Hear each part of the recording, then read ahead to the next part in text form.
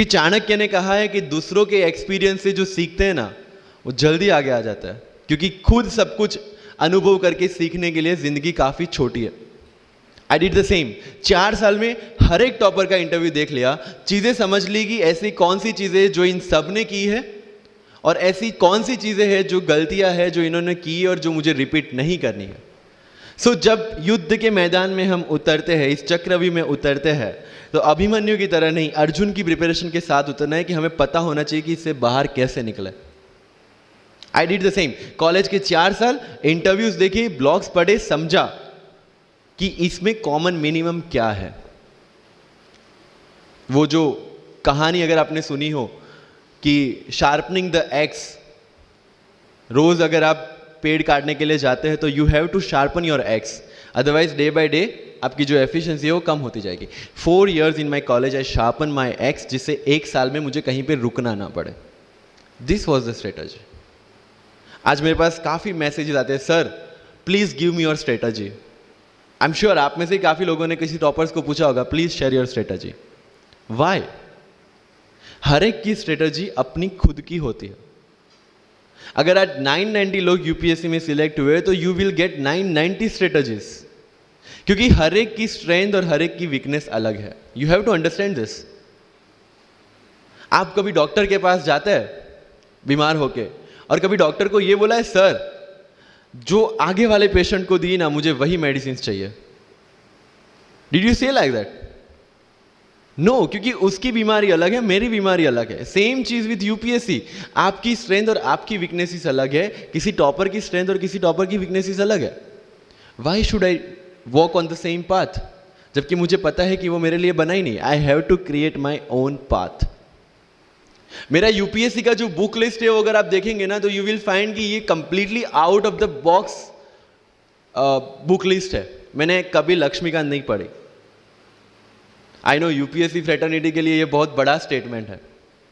I never read Shankar IAS, I never read Yojana, I never read Kurukshetra.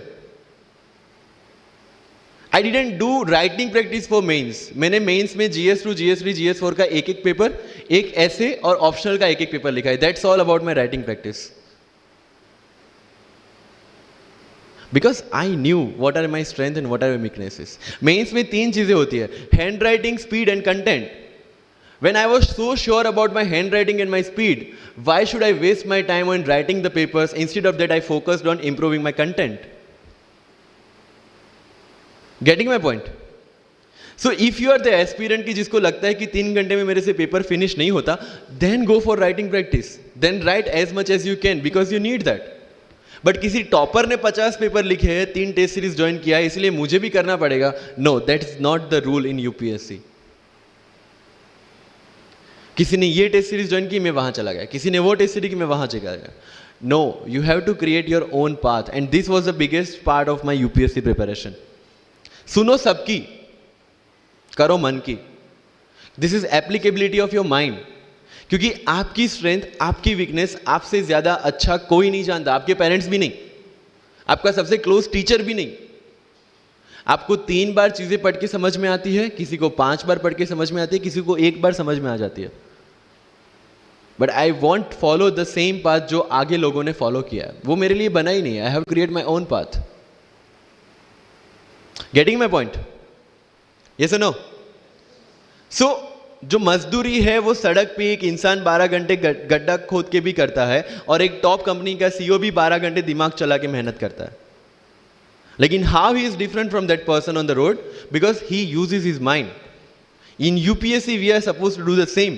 मुझे पता चला कि भाई लक्ष्मीकांत मेरी मेंस की रिक्वायरमेंट फुलफिल नहीं करता। प्रीलिम्स जैसे सर ने बताया was not into consideration. I know कि उसमें सिर्फ एक ब्रिज क्रॉस करना है, एक हर्डल क्रॉस करना है। अगर मैं प्रीलिम्स में 180 भी लेके आया, 190, इवन 200 भी लेके आया, तो मेंस में तो मैं सबके बराबर ही खड़ा हूं। Why to waste your time and energy on something which is just qualifying?